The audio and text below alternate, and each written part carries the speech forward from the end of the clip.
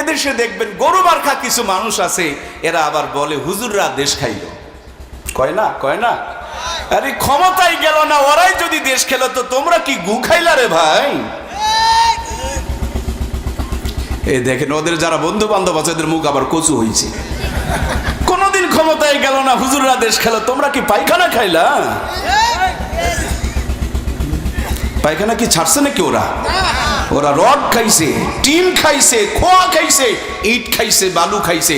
সরকারি যদি টয়লেট আর বাথরুম পায়খানার বরাদ্দ পাইছে, এটার মনে হয় ছাড় দিছে। কথা বলছেন না কেন? পায়খানা কি ছাড় দিয়েছে? এই জন্য ভুঁড়ি বিশাল বড়, কিন্তু শরীরের মধ্যে কোনো শক্তি। অথচ আজ থেকে 50 বছর আগে যেই দিন আমার বাংলার জমিনে কোনো ন্যাংটামি চলতো না, আমার বাংলার জমিনে কারেন্টের আলো ছিল না, মোবাইল ফোন ছিল না, স্মার্টনেস ছিল না, ডিজিটাল ছিল না, শুধু পর্দা ছিল, পর্দা।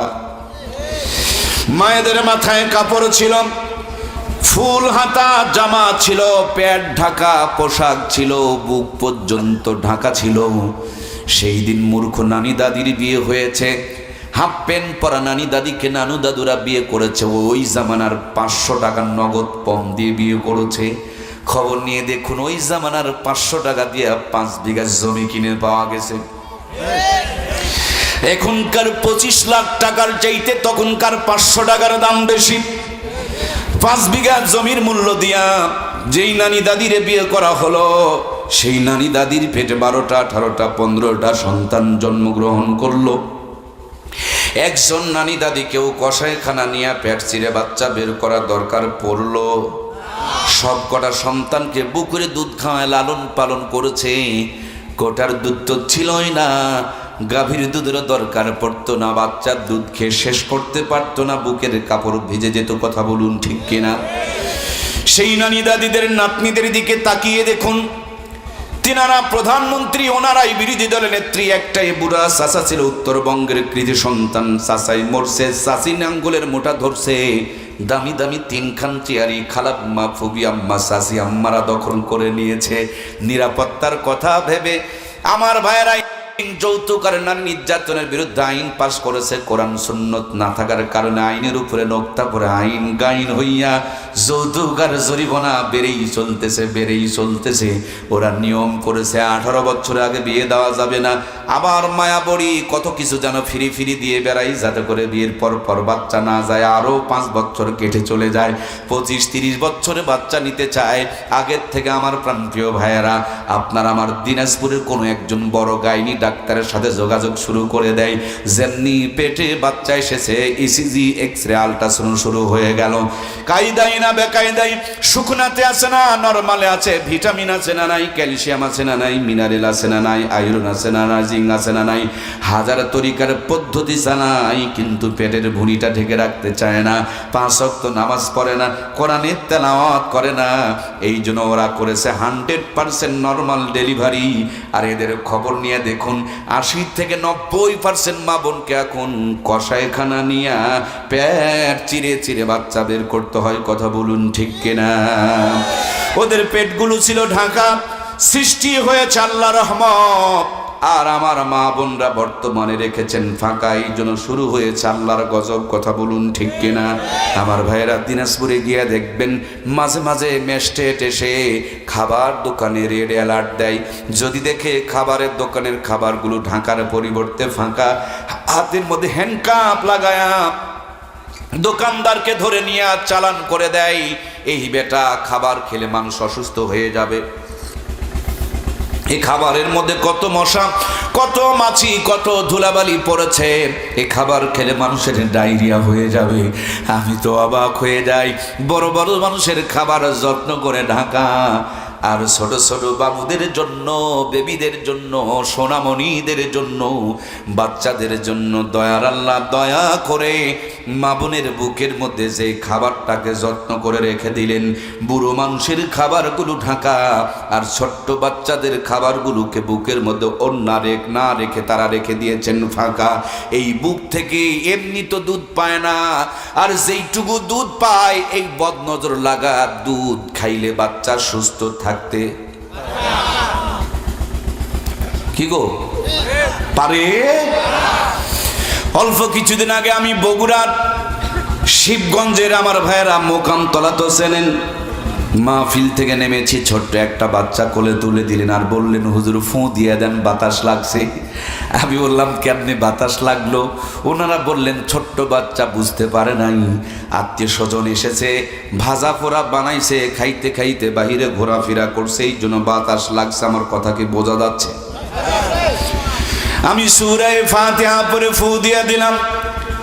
হায় হায়, তারপর আমার নিজের মাথায় যেন ঘুরতে শুরু করে দিল, মাথায় একটা চিন্তা শুরু হয়ে গেল, আহারে এই ছোট্ট বাচ্চা ভাজা পোড়া খাইতে খাইতে বাহিরে গেলে যদি বাতাস কুতাস লাগে গো, এমনি তো আমাদের মা বোনগুলো ফর্সা, আমরা পাই না তাদের উপরে তেমন কোনো ভরসা, তারপর সাজুগুজু করিয়া এদিক ওদিক বের করে মার্কেটে মার্কেটে ঘোরাঘুরি করে, রাস্তা পথে ঘোরাঘুরি করে। ছোট্ট বাচ্চা যদি ভাজা পোড়া খাবার খেয়ে বাহিরে গেলে বাতাস কুতাস লাগে, আমাদের মা বোনরা বুক পিট টান টান করে রাস্তা পথে যদি ঘোরাফেরা করে, এদের বেপরদার কারণে আল্লাহর আযাব আর গজবের বাতাস মনে হয় লাগে না? যারা যারা কথা বলছেন না তাদের কিন্তু জবানে প্যারালাইসিস হওয়ার আলামত। কথা বলেন, বাতাস লাগে কিনা? আল্লাহর দেওয়া জবান কি শুধু বিড়ি খাওয়ার চগলখড়ি করার জন্য না, হক কথা বলার জন্য? কথা বলতে হবে মুসলমান, কথা বলতে হবে। বাতাস লাগে কি লাগে না? ছোট্ট বাচ্চা ভাজা পোড়া খাইতে খাইতে বাহিরে গেলে যদি বাতাস কুতাস লাগে গো, আমাদের মা বোনদের বেপরদার কারণে, পেটের ভুঁড়ি বের করে রাখার কারণে, মাজার ভাঁজ বের করে রাখার কারণে আল্লাহর আযাব আর গজবের বাতাস লেগে গিয়েছে।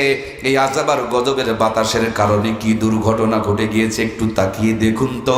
50 বছর আগে যেই দিন বেপরদা আর বেহায়াপনা ছিল না, ভাঙা ঘরে মাসকালার ডালের তেলানি হয়েছে, এক বাড়ির তেলানি গোটা গ্রাম মোহিত করে ছেড়ে দিয়েছে।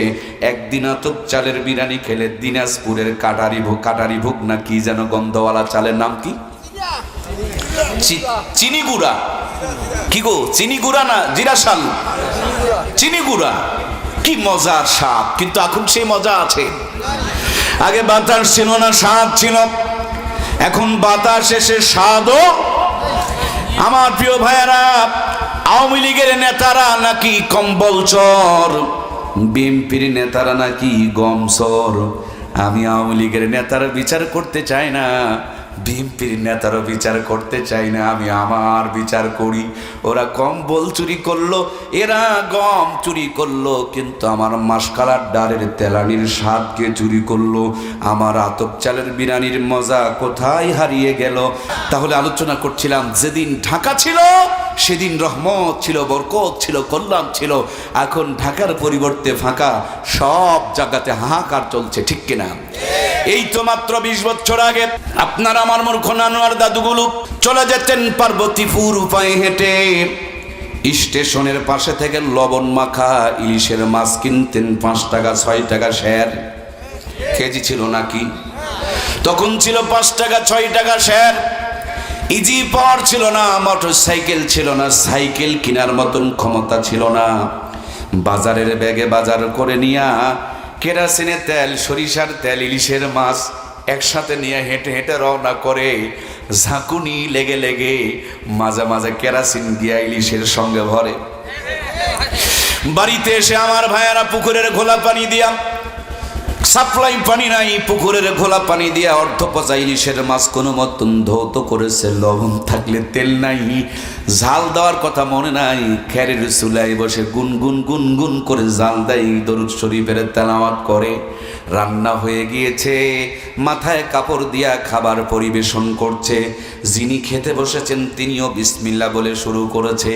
যেই টাকা দিয়া মাছ কিনা হয়েছে, ওই হালাল টাকা দিয়া মাছ কিনা হয়েছে। যেই বাড়িতে রান্না হচ্ছে, এটা কারো জুলুম করা বাড়ি নয়, হালাল টাকার বাড়ির মধ্যে রান্না হচ্ছে। আহারে হালালের কি বরকত! একদিন যদি ইলিশ মাছ আর পান্তা ভাত খাওয়া গেছে, কম করে হলো 3 দিন পর্যন্ত হাত থেকে সুগন্ধ বের হয়েছে। সেই নানি দাদিদের স্মৃতি চারণে পহেলা বৈশাখ উদযাপন করি আমরা। 6 টাকার কেজি ইলিশের মাছ 6000 টাকা দিয়ে সাগর থেকে আমদানি করে নিয়ে আসতেছি আমরা। নর্মাল চুলা ভেঙে দিয়ে গ্যাসের চুলা ঢুকিয়েছি আমরা। সাধারণ মশলা ফেলে দিয়ে আধুনিক গুঁড়া মশলা ব্যবহার করছি আমরা। মূর্খ নানি দাদিদের নাতনিদেরকে এমএ পাস ডিগ্রি পাস করিয়েছি আমরা। কত উন্নতি করেছেন গুণে শেষ করতে পারবেন না। ৬,০০০ টাকার কেজি ইলিশের মাছ, বরফ দিয়ে প্যাকেটিং করা, পাথর ঘাটার থেকে আমদানি করা, 10তলা বিল্ডিংয়ে বসে digital smart marker degree pass বউ রাঁধুনি গুঁড়া মশলা দিয়ে গ্যাসের চুলায় বসে রকমারি কায়দায় রান্না করে। খাবার সময় নাকে নিয়ে চেক করতে হয় ইলিশ না সিলভার কাপ। কথা বলুন ঠিক কিনা? আগে কি সুন্দর দিন কাটাইতাম আমরা। কি গো যুবক ভাইরা, নাই নাকি? একটু আমার সঙ্গে হেল্প করুন। আগে কি সুন্দর দিন কাটাইতাম আমরা, আগে কি সুন্দর দিন কাটাইতাম।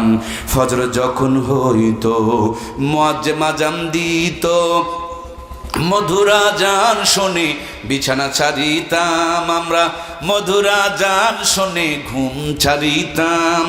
যতই থাকুক কাম আগে নামাজ পড়িতাম, হাজার থাকুক কাম আগে নামাজ পড়িতাম।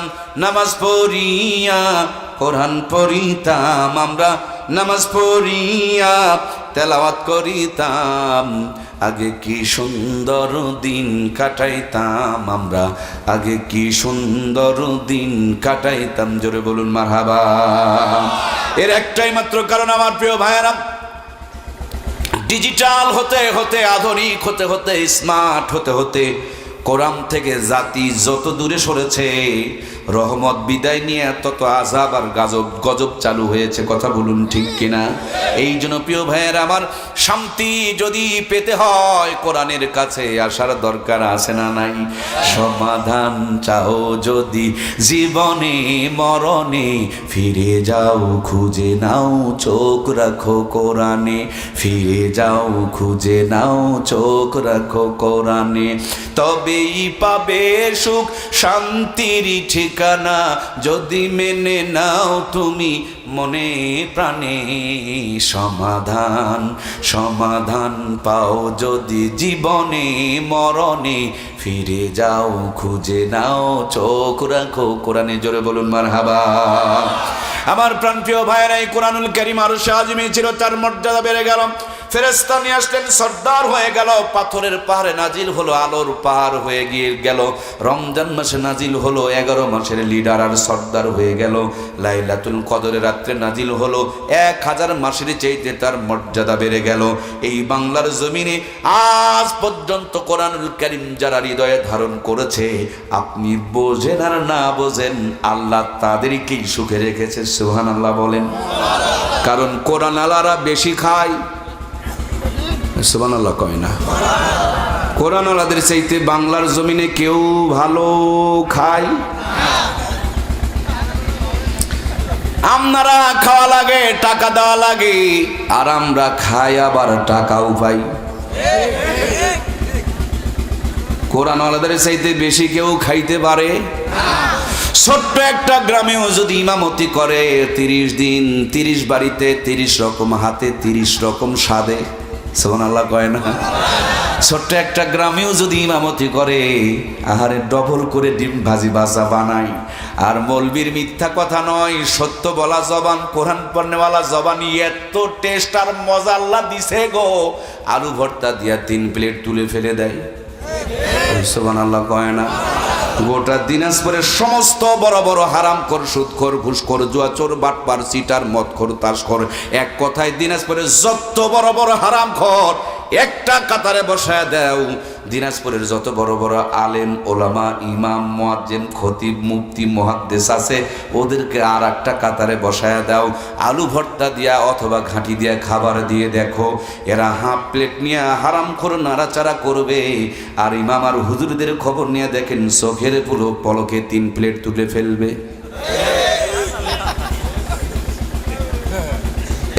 বাণী কইলাম। ইমাম সাহেব খাওয়ার পর আউ আউ বলে আলহামদুলিল্লাহ ঠিকই তুলবে, সব ফিনিশ।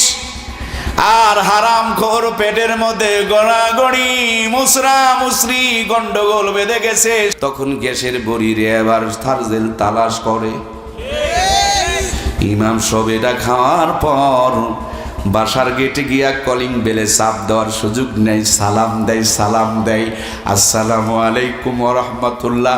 ভিতর থেকে বেগম সালামের উত্তরে দেয় মুস্কি হাসি দিয়া ওয়ালাইকুম আসসালাম ওয়া রাহমাতুল্লাহি ওয়া বারাকাতুহু ওয়া মাগফিরাতুহু। তারপরে কিছু নগদ, কিছু বাকি, কিছু অ্যাডভান্স, কিছু অগ্রিম, কিছু আরো কিছু বেশি, কিছু সুবহানাল্লাহ বলেন। দরজা খুলে এমন একটা মুস্কি হাসি দিয়েছে, হুজুরের এক সপ্তাহ সব কষ্ট মুহূর্তেই ভুলে গেছে। সুবহানাল্লাহ কন্যা।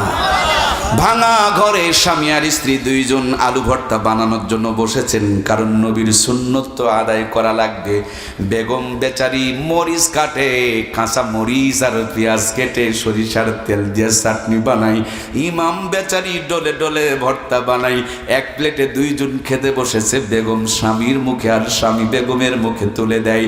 ভালোবাসার মানুষ যদি যত্ন করে মুখে কোনো খাবার তুলে দেয়, ওই আলু ভর্তার ভিতরে জান্নাতের সাপ ঢুকিয়ে দিবেন কে? ওই কপাল পোড়া, তোদের কপালে এগুলো জোটে না, তোরা এর মজা বুঝবি না। যা তোরা পার্কের মধ্যে কুকুরের মতন চুডুং চাডুং বাদাম খা।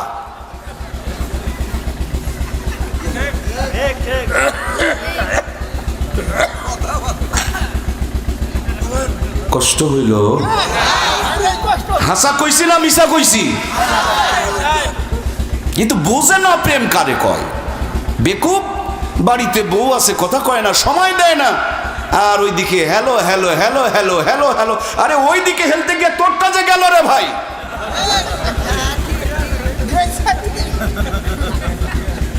ওয়াজ বোঝেন নাই? আল্লাহ জাতিকে তুমি বুঝ দাও, বলুন না আমিন, বলুন না। আহা, কি নবী আল্লাহ দিয়েছে গো।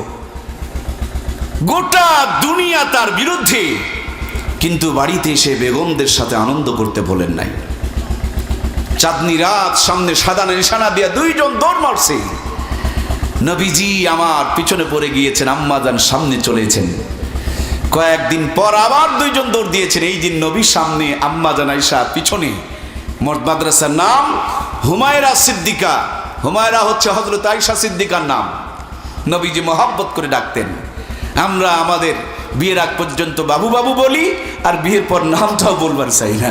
শোনেন, বইয়ের সুন্দর একটা নাম রাখবেন, পাখি, ময়না, টিয়া, এগুলো নাম রাখবেন, ভালোবাসার নাম রাখবেন।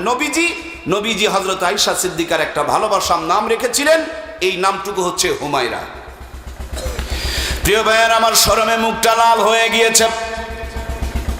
আল্লাহর হাবিব বুকে টেনে নিয়ে থুতুনি নিচে হালকা করে চুমু দিয়ে বুকের মধ্যে চেপে ধরে ডাকতে বলে, হুমায়রা কেন শরমে তুমি লাল হয়ে গিয়েছ? অনেক দিন আগে তুমি একবার ফার্স্ট হয়েছিলে, আজকে আমি ওইটারে শোধ করে দিলাম। দেখবেন মায়েরা যদি সমান হতে পারে, দেখবেন বহু খুশি হয়ে যায়। এমন একটা হাসি দিয়েছে, আসমানের পূর্ণিমার চাঁদ যেন অম্লান হইয়া গেছে। আমরা যখন বাড়িতে ঢুকি মনে হয় জান্নাত ঢুকতেছে, মনে হয় কার জান কবজ করবে। কথা বলছেন না কেন? সিহারা মিহারা দেখে ভয়ে কেউ সামনে আসে না। জান্নাত হবেন না, মহাপ্রেমিক হয়ে ঘরে ঢুকুন। ঘরের মধ্যে ঘরকে আল্লাহ পার্ক বানিয়ে দিবে। সুবহানাল্লাহ বলেন। আবার কিছু কিছু মা বোন আছে, দেখবেন কুকুরের বাচ্চা হওয়ার পর মহিলা কুকুর যেগুলোকে খেকি কুত্তা বলে, কি গো, এদের গলার আওয়াজটা বড় কর্কশ, খাউ খাউ খাউ খাউ করে ধরে। দেখবেন কিছু মা বোন আছে এমন কায়দায় স্বামীর উপরে আক্রমণ করে। কথা বলছেন না কেন? স্বামী যদি এক কথা বলে উনি তিন কথা বলে। কথা বলছেন না কেন? তার মানে ভাতারের উপরে ভাতারগিরি করে। ইনি ওয়াজ বুঝেনি রে, বাংলা কথা বোঝা যাচ্ছে না, একেবারে টাটকা কথা। কষ্ট নিলেন?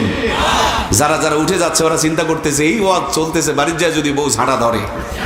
এগুলো বইয়ের ভারোয়া। আল্লাহ তাআলা আমাদেরকে হেদায়েত দান করুক, বলুন আমিন। শুনুন প্রিয় মায়েরা, ভাতারের উপরে যারা ভাতারগিরি করে এদের ভাতার বেশি দিন টিকে না। কথা বলছেন না কেন? এদের স্বামী কি বেশি দিন টিকে? এদের বাড়িতে সব থাকলেও কোনোদিন শান্তি থাকে না। যেই বাড়িতে মহিলার আওয়াজ স্বামীর উপরে হয় সেই বাড়িতে কোনোদিন রহমত থাকে।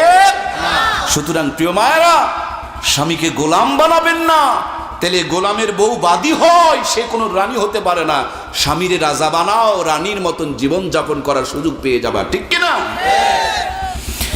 আমার প্রিয় ভাইয়ারা, এগুলো কিন্তু ওয়াজ না, এর নাম ওয়াশ। নো ওয়াশ, ভিতরে জমে থাকা ভাইরাসগুলো হচ্ছে ওয়াশ।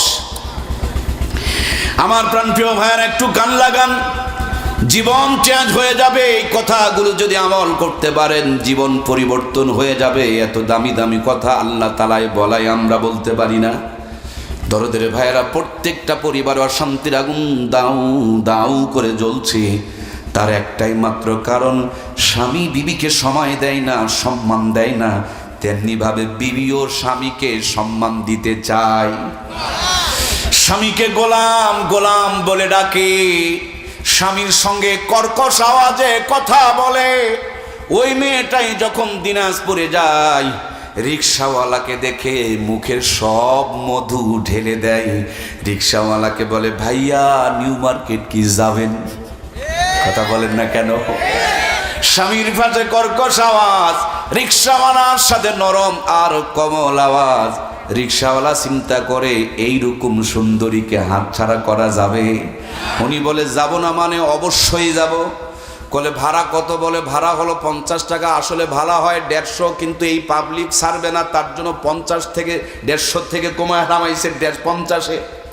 রিক্সায় চড়ার পর এত জোরে গিয়ার মারে, মনে হয় হেলিকপ্টার যাইতেছে। কথা বলুন ঠিক কিনা? তার মানে মায়েরা শোনো, মা তোমরাই পারো একজন পুরুষের জীবনকে জান্নাত বানিয়ে দিতে। রিক্সায় চললে যদি রিক্সাওয়ালার পাওয়ার বেড়ে যায়, শক্তি বেড়ে যায়, তোমরাও পারো ভাঙা ঘরে স্বামীর একটু প্রশংসা করে ভাঙা ঘরটাকে জান্নাতের টুকরা বানিয়ে ফেলতে। কথা বলুন ঠিক কিনা? এক মহিলা বাবার বাড়িতে গিয়ে মার গলা জড়িয়ে ধরে বলছে, মা তোমার জামাইয়ের চাইতে খারাপ মানুষ দুনিয়াতে একটাও হয় না। আমি কতদিন থেকে বলছি ওর ভাত খাবো না, কিন্তু এই বেটা এত খারাপ, আমাকে ছেড়েও দেয়। এখন ওর হাত থেকে যদি বাঁচতে হয়, তাহলে ওকে খুন করা ছাড়া কোনো উপায়। তুমি আমার মা, আমাকে বুদ্ধি দাও না, কেমনে আমি আমার জামাইকে খুন করব? মা বড় চালাক ছিলেন। মা বলেন, মেয়েরে শোন, এখন যদি জামাইকে মেরে ফেলে দাও, সবাই তোমার উপরে সন্দেহ করবে, কারণ সাপ আর বিজির সম্পর্ক। সুতরাং জামাইকে যদি মারতেই হয়, একটু বুদ্ধি খাটায় মারতে হবে। সাপ মরে যাবে, লাঠিও ভেঙে যাবে, কিচ্ছা খতম হয়ে যাবে। এই জন্য জামাইয়ের সাথে একটু প্রেম জমাতে হবে, ভালোবাসা জমাতে হবে, মহাব্বত জমাতে হবে। এমন প্রেম জমাতে হবে, জামাইকে মেরে ফেলে দিলেও কেউ যেন তোমার উপরে সন্দেহ। যেই বুদ্ধি সেই কাজ। এবার মেয়ের মুখে হাসি, মার সঙ্গে বসে বসে খায় আর বুদ্ধি করে, প্ল্যান করে কেমনে জামাইকে মারা যায়। মেয়েকে মা শিখিয়ে দেয়, মারে এত সেবা যত্ন খেদমত করবা, এত ভালো ব্যবহার করবা, জামাই যেন তোমার জন্য পাগল হয়ে যায়। জামাইয়ের খালি সেবা করলে চলবে না, জামাইয়ের মা বাবার হোক সেবা যত্ন খেদমত করবা, যাতে করে ওরাও সন্দেহ না করে। আমার ভাইয়েরা, শেষবেলা যাওয়ার সময় একটা কৌটার মধ্যে সামান্য কিছু পাউডার দিয়ে দিলেন, আর বললেন, এখান থেকে শরবত যখন খাওয়াবা, 1 চামচ করে শরবতে মিশায়া দিবা। এটা ধীরে ধীরে কাজ হবে, সম্পর্ক উন্নতি হবে, সন্দেহ দূর হয়ে যাবে, আস্তে আস্তে মৃত্যুর কোলে ঢলে পড়বে, সব কিচ্ছার খতম হয়ে যাবে। বাড়িতে যাওয়ার পর আমার ভাইরা একটু কান লাগান, বাড়িতে যাওয়ার পর আমল শুরু হয়ে গিয়েছে। যেখান থেকে আসে শরীর থেকে কাপড়গুলো খুলে নেয়, গোসল করিয়ে গা মুছিয়ে দেয়, বিছানায় নিয়ে আদর করে তুলে তুলে খাওয়ায়, ঘুমানোর আগ পর্যন্ত পা টিবাটিবি করে, কপাল টিবাটিবি করে, এত ভালোবাসা দিয়েছে। 3 দিনের মধ্যেই জামাই একবারে বিবির প্রেমে পড়ে গিয়েছে। এখন স্যারের কাছে ছুটি নিয়া 3 দিনের জন্য সৈয়দপুর থেকে কক্সবাজার ঘুরতে চলে গেছে। সুবহানাল্লাহ বলেন। এত সুন্দর সম্পর্ক হয়েছে। শাশুড়ি যেটা বউকে দেখতে পারতো না, ওই শাশুড়ি এখন বউ ছাড়া খেতে বসে। খেতে বসলে বউয়ের প্লেটের মধ্যে মাছের মাথাটা তুলে দেয় আর বলে, মা আমরা জীবনে অনেক খাইছি, তুমি নতুন মানুষ খাও। সুবহানাল্লাহ বলেন। শ্বশুর যখন বাজার থেকে পার্বতীপুর থেকে আসে, দিনাজপুর থেকে আসে, আসার সময় বৌমার জন্য 1000-1500 টাকার খাবারের বাজার করে নিয়ে আসে। মানে গোটা বাড়িটা যেন প্রেমে পড়ে গেল। মেয়েটা একদিন দুপুর বেলা এক দৌড় দিয়া বাপের বাড়িতে চলে গেল। বাবার বাড়িতে গিয়া মার গলা জড়িয়ে ধরে এই না সেই কান্না শুরু করেছে, মারে মা, ও মা, তোমার জামাইয়ের চাইতে ভালো মানুষ আর দুনিয়াতে একটাও হয়? এক সপ্তাহ আগে তার চাইতে খারাপ মানুষ কেউ ছিল? এখন এক সপ্তাহ পর তার চাইতে আর ভালো মানুষ কেউ হয়? চোখের পানি ছেড়ে গড়াগড়ি করে কাঁদে আর বলে, মা, সর্বনাশ হয়ে গিয়েছে। আহারে, আমি তো 3 দিন পর্যন্ত ওই তোমার পাউডারটা মিশাই মিশাই খাওয়াইছি। তোমার জামাই যদি ওই বিষের কারণে মরে যায়, আমিও কিন্তু তার সাথে সাথে মরে যাব, তাকে ছাড়া 1 মিনিটও বাঁচব না। শুধু তোমার জামাই ভালো না, তোমার বিয়ানও ভালো, তোমার বিয়ায়ও ভালো। ওরা মাছের মাথাটা আমার প্লেটে তুলে দেয়, আর আমার শ্বশুর আব্বা আমাকে 2000-3000 টাকার পর্যন্ত বাজার করে করে দেয়। প্রত্যেক দিন বাজার থেকে আসলে আমার সঙ্গে আমার জন্য অনেক কিছু নিয়ে আসে। এবার মেয়েটার কপালে চুমু দিয়া বলে, মা, জামাই বিয়ায় বিয়ান কেউ ভালো না, ভালো আর খারাপ হলে তুমি। এই 1 সপ্তাহ আগে তুমি শয়তানের রানী ছিলা, ওই জন্য ওই পরিবারটা জাহান্নামের টুকরা ছিল। 1 সপ্তাহে তুমি একটু চেষ্টা করেছো সবার মন জয় করার জন্য, এই জন্য পুরা পরিবারটা তোমার ফেভারে চলে এসেছে। মায়েরা যারা পর্দার আড়ালে বসে আছেন, বুকে হাত দিয়া নিজেকে জিজ্ঞেস করেন, শাশুড়ি শ্বশুর বউ কেউ ভালো মন্দ না, ভালো আর মন্দ হলেন আপনি। আপনি ইচ্ছে করলে একটা বাড়িকে জান্নাতের টুকরা বানাতে পারেন, আবার জাহান্নামের নরক বানিয়ে ফেলতে পারেন। কথা বলুন ঠিক কিনা? এই জন্য মেয়েদের খুবই বড় ইসলাম মর্যাদা দিয়েছেন। আমরা পুরুষ জাতি, আমাদের পায়ের নিচে জুতা, স্যান্ডেল আর মাটি, আর মায়ের পায়ের নিচে সন্তানের জন্য বেহেশত তৈরি করে রেখেছেন কে? কোন পায়ের নিচে? যেই পায়ের পায়জামা ফাটা থাকে। কথা বলুন, কথা বলতে হবে, ফাটা থাকে। ডিভাইডওয়ালা পায়জামার নিচে কখনো জান্নাত বিরাজ করে না, ওই পায়ের নিচেই জান্নাত থাকে। যেই পা ঢাকা থাকে, যেই পায়ে নুপুর লাগানো থাকে না, যেই পা খটর খটর করে 3 তালা জুতা পরে মানুষের চোখে ভেলকি লাগায় না, সেই পায়ের নিচে জান্নাত থাকে। আর যেই পাগুলো পর পুরুষকে নিজের দিকে আকৃষ্ট করে, আল্লাহ নবী বলেন, আদ-দায়ুসু লা ইয়াদখুলুল জান্নাহ, দায়ুস কোনোদিন জান্নাতের মধ্যে যাবে না।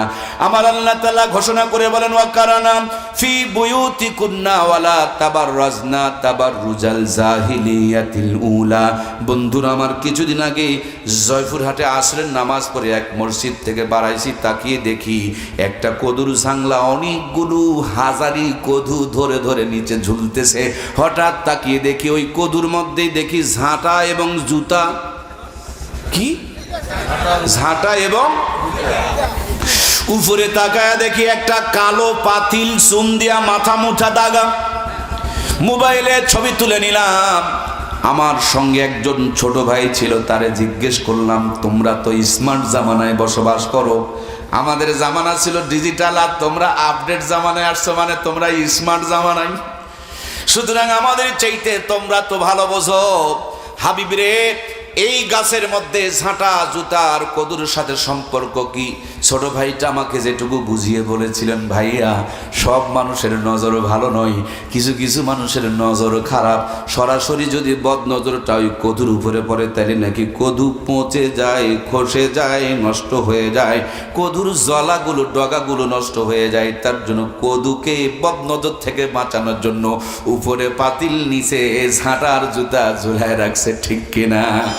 এই তো আপনাদের ফুলবাড়ি দিনাজপুর মাহফিল করতে যাব, তাকিয়ে দেখি এক কাঁঠাল গাছের মধ্যে গরুর মাথার যে হাড় আছে, এই হাড়টা ঝুলাই দিয়ে এইরকম ভাবে ঝুলাই দেওয়া রাখছে। এক মুরব্বীকে জিজ্ঞেস করলাম, এর শানে নজুল কি? কাঁঠাল গাছের মাথায় কেন গরুর মাথার হাড়? মুরব্বী বললেন, রাস্তার পাশে কাঁঠাল গাছ, না জানি কেউ বদনজর লাগাইছে অথবা বান মেরেছে, কাঁঠাল খালি ধরে আর পরে, ধরে আর পরে, ধরে আর পরে। এই কাঁঠালের গাছে যে গরুর মাথার হাড় দেওয়া হয়েছে, এখন যদি বদনজর লাগাতে চায়, আর আগে যদি ওই গরুর মাথার ঝাঁটা জুতার হাড়ের মধ্যে নজর পড়ে যায়, তাইলে নাকি আর বদনজর খাটবে না। আমার ভাইয়েরা, আপনাদের এই দিনাজপুরের নবাবগঞ্জ থানার মাহফিলে যাব, হঠাৎ তাকিয়ে দেখি একটা ইজি পার নিচে স্যান্ডেল ঝুলতেছে, স্যান্ডেল।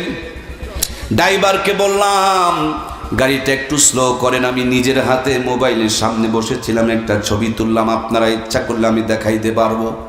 আমি ড্রাইভারকে জিজ্ঞেস করেছিলাম কারণ কি, উনি বলেছিলেন গাড়িটা মনে হয় বেশি বেশি অ্যাক্সিডেন্ট করে, তার জন্য অ্যাক্সিডেন্ট থেকে বদনজর থেকে বাঁচানোর জন্য এই ফন্দি করেছে। আমাদের নওগাঁ জেলা মাতাজি হাট নামক একটা বিখ্যাত হাট আছে, সেখানে তাকিয়ে দেখি তরমুজের জমিতে বুশ বানায়া, পাছায় বাঁশ দিয়া, মাথায় পাতিল দিয়া, গলার মধ্যে জুতার মালা ঝুলায় রাখছে। আমি চিন্তায় পড়ে গেলাম, হায় রে, মানুষ বুশকে এত ঘৃণা করে, তরমুজের জমিতেও বাঁশ দিয়া রাখছে। এক মুরব্বী শুনে বলে, বেটা, বুশের পাছায় বাঁশ দেওয়া হয় নাই, এটা হলো তরমুজ বাঁচানোর কায়দা। সরাসরি যদি কিছু বদনজর, মানুষের এত নজর, খারাপ বদনজর যদি তরমুজের উপরে পড়ে, তরমুজ নাকি পচে যাবে, খসে যাবে, নষ্ট হয়ে যাবে। এই জন্য কাকাতুয়া বানায় রাখছে। দেখবেন মাঝে মাঝে বেগুনের জমিতে এরকম দেখা যায়, কথা বলুন ঠিক কিনা? আমার ভাইয়েরা, আমাদের গ্রামে হানাফিয়ারা আহলে হাদিসের গুতাগুতি আছে, এই জন্য তারা মাদ্রাসা, মসজিদ, ঈদের মাঠ, কবরস্থান ভাগ করে ফেলে দিয়েছে। এখন খালি মক্কা মদিনা বাকি আছে, এই দুইটাও যেন কোনোদিন ভাগ করে ফেলবে। আমার প্রিয় ভাইয়েরা, আমি ওই দিকে যাব না, সময় কুলাবে না। নতুন যেই মসজিদখানা তারা বানিয়েছে, এই মসজিদের সামনে একটা গরুর গড়া, কয়েকটা গরু বাঁধা আছে, তাকিয়ে দেখি এক গাভীর গলায় জুতার মালা। টেনশনে পড়ে গেলাম, আবার কোন জ্বালা, গরুর গলায় কেন জুতার মালা? আমি দাঁড়িয়ে দাঁড়িয়ে ভাবছিলাম, আর এর কারণ খোঁজার চেষ্টা করছিলাম, কিছুই যখন বুঝলাম না। এক মুরব্বী বলছেন, দাঁড়িয়ে আছো কেন? আমি বললাম, এই যে দেখেন গরুর গলায় জুতার মালা, তার কারণটা কি, এটাই আমি সন্ধান করতেছি। উনি বললেন, তুমি কি কিছু বুঝেছো? আমি বললাম, মোটেও কিছু বুঝি নাই। তিনি আমাকে বললেন, গাভীর ওলানের দিকে একটু তাকায়া দেখো। তাকায়া দেখি দুধের বাঁট 4টা, তার মধ্যে 3টাই দুধের বাঁট পচে গিয়েছে। নাউজুবিল্লাহ বলবেন না? মাথাটা চক্কর দিয়ে উঠলো, পড়েছিলাম এক পেরেশানিতে, পড়ে গেলাম আর একটাতে। আমি জিজ্ঞেস করলাম, চাচা, ওই জুতা আর দুধের বাঁট পচার সাথে সম্পর্ক কি? চাচা আমারে বললেন, আশরাফুল মাকলুকাত, সৃষ্টির শ্রেষ্ঠ জীব মানুষ, এই আবলা জানোয়ার গরুটাকে বান মেরেছে, মুগ্ধ করেছে, বদনজর লাগাইছে, এই জন্য গাভীর 3টা দুধের বাঁট পচে, একটু বলতে হবে, পচে।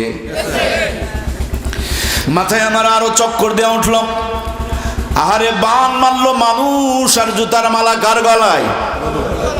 বিচার কি ঠিক হইছে রে ভাই? ঢাকা জাহাঙ্গীরনগর বিশ্ববিদ্যালয়ে 100 মেয়েকে ধর্ষণ করে মানিক নামে সোনার ছেলে মিষ্টি খাই, আর কোরআনের পাখি জেল খাটতে খাটতে তাকে মেরে ফেলে দেওয়া হয়, ঠিক কিনা? ধর্ষণ করে কার আর জেল খাটে কারা? আমি বললাম, চাচা, এই বিচার তো ঠিক হয় নাই। এদেশে দেখবেন গরু মার্কা কিছু মানুষ আছে, এরা আবার বলে হুজুররা দেশ খাইল, কয় না, কয় না? আরে ক্ষমতায় গেল না, ওরাই যদি দেশ খেলো তো তোমরা কি গু খাইলা রে ভাই? এই দেখেন, ওদের যারা বন্ধু বান্ধব আছে এদের মুখ আবার কচু হয়েছে। কোনদিন ক্ষমতায় গেল না, হুজুররা দেশ খেলো, তোমরা কি পায়খানা খাইলা? পায়খানা কি ছাড়ছে নাকি? ওরা রড খাইছে, টিন খাইছে, খোয়া খাইছে, ইট খাইছে, বালু খাইছে। সরকারি যদি টয়লেট আর বাথরুম পায়খানার বরাদ্দ পাইছে, এটার মনে হয় ছাড় দিছে। কথা বলছেন না কেন? পায়খানা কি ছাড় দিয়েছে? এই জন্য ভুঁড়ি বিশাল বড়, কিন্তু শরীরের মধ্যে কোনো শক্তি খাই খাই খাই খাই খাই খাই করে, কিন্তু ভালো করে খবর নিয়ে দেখেন 2টা রুটি তাও পেটে ঢুকানোর জায়গা। যদিও খায়, ভুটুর ভাটুর শুরু হয়ে যায়, বিশাল বিল্ডিং আছে, মগর ঘুম। কথা বলেন না কেন? আর ইমামের কিচ্ছু নাই, প্রত্যেক দিন 3 বাড়িতে 3 বেলা খায়। আহারে, কোন কথা বলবো আর কোন কথা ছাড়বো? আমার ভাইয়েরা, আমি জানি দিনাজপুরের মানুষেরা আলেমদেরকে বড় ভালোবাসে। যদি আপনাদের যশায়ের হাটের দিন হয়, সকালবেলা বিবি ঘুম থেকে জাগ্রত করে হাতের মধ্যে ব্যাগ ধরায় দিয়ে হাতে পকেটে টাকা ঢুকায় দিয়ে বলবে, জলদি করে বাজারে যাও, আগে ভাগে বাজারে না গেলে ভালো গরুর গোস্ত পাওয়া যাবে না। খালি গরুর গোস্ত নয়, মুরগি পেলে একটু নিও, আর দেশি যদি মাছ হয় আরো ভালো। এই করে বাজারে লিখেছেন উনি 25 আইটেম। বাজার করতে করতে টাকা শেষ হয়ে গিয়েছে, বন্ধুর কাছে টাকা ধার করে নিয়েছে, তারপর হুজুরের খাবার বলে কথা। ভাবি লিখেছেন 25টা, উনি বাজার করেছেন 35টা। আল্লাহর বান্দি যত্ন করে রান্না করতেছে, চিন্তা করতেছে হুজুর যত্ন করে খাওয়াইতে হবে, কারণ প্রত্যেক দিন মানুষের বাড়িতে বাড়িতে খায়, খাবার যদি দুর্বল হয় তাহলে দুর্নাম হয়ে যাবে। আমার ভাইরা, ইমাম বড় চালাক, চিন্তা করে আমি যদি বাড়িতে গিয়া খাই তাহলে আমার বউ তো পাতিল নিয়ে লটর ফটর করবে। এই জন্য টিফিন বক্স পাঠায়া দেয়, এক বাটির মধ্যে 4 আইটেমের তরকারি ঢুকায়া দেয়। তরকারি বাটির মধ্যে গন্ডগোল লেগে যায়। এবার দিনাজপুরে গিয়া বড় টিফিন বক্স সন্ধান করতেছে, বড় বড় টিফিন বক্স। বলে দোকানদার ভাই, বড় কি কোনো টিফিন বক্স পাওয়া যায়? দোকানদার বলে ডিজিটাল জামানা, কোনো কিছুর সমস্যা এখনো হয় না, এখন 12 তলা পর্যন্ত টিফিন বক্স বের হয়েছে। ইমাম বলেন আমাকে 12 তলাটাই দিতে পারেন, আমার মুসল্লিরা বড় ভালো। উনি 12 তলা টিফিন বক্স কিনে হাজির হয়েছে। ভাবি সাহেবা 14 আইটেমের তরকারি রান্না করে অপেক্ষায় রয়েছে। 12 তলা 12 আইটেম দিয়ে ভর্তি, এখনো পর্যন্ত 2 আইটেম বাকি। প্লাস্টিকের বাটিতে করে সাজায়া দেয়। একজন আর খাবার 3 থেকে 4 জন পর্যন্ত খায়, তারপরে খাবার খেয়ে শেষ হয় না। বাজারেও যাওয়া লাগে না, কষ্ট করে রান্নাও করা লাগে না, শুধু আল্লাহর কোরআনের সঙ্গে থাকার কারণে এই শান মান ইজ্জত এখনো পর্যন্ত বাড়িয়ে রেখেছেন কে? কোরআনওয়ালারাই সেরা, কোরআনওয়ালারাই দামি, কোরআনওয়ালারাই সবচেয়ে সুখী। মামুনুল হকের নাম শুনেছেন আপনারা? ওরা ইজ্জত কেড়ে নিতে চেয়েছিল, ইজ্জত কমেছে না বেড়েছে? আমার পার্বতীপুরের ভাইয়েরা, আপনাদের পার্বতীপুরের সবচেয়ে ভালো হোস্টেলের নাম মনে হয় শাহ হোটেল। কি গো, শাহ হোটেলে যদি ঢুকে মামুনুল হক, আর যদি দোকানদার চিনতে পারে এটা আল্লামা মামুনুল হক, চা খাওয়ার পর তো বিল দিতে পারবে? দয়া করে কথা বলেন, পারবে? যদি যেতে চাই, দেখবেন খালি হাতে যাওয়ার ক্ষমতা নাই। হুজুরের হাতের মধ্যে, হুজুরের খাদেমের হাতের মধ্যে আরো 5 কেজি ঢুকায়া দিবে। পাশেই 2 পাশে পানের দোকান আছে না নাই? যদি পান খেতে যায়, পানালা যদি চিনতে পারে এটা মামুনুল হক অথবা মিজানুর রহমান আজহারি, তাহলে পানালাও তো টাকা নেবে। কথা বলছেন না কেন? নিবে। আবার পানালার পরে বা রিক্সায় অথবা ভ্যানে চড়েছে, যে হেলিকপ্টারে বিমানে তো ভালোই ঘুরি, একটু রিক্সায় চড়ি।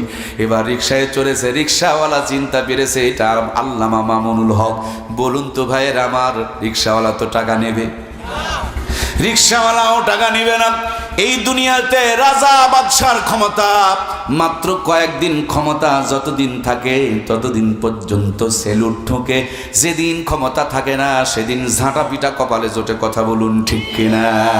কিন্তু কোরআনওয়ালাদের দিকে তাকিয়ে দেখুন, এরা দুনিয়াতে এমন মর্যাদার অধিকারী, মৃত্যুর আগ পর্যন্ত বয়স যত বাড়বে, দাড়িগুলো যত পাকবে, সম্মান আর ইজ্জত তত তাদের বাড়িয়ে দিবেন কে?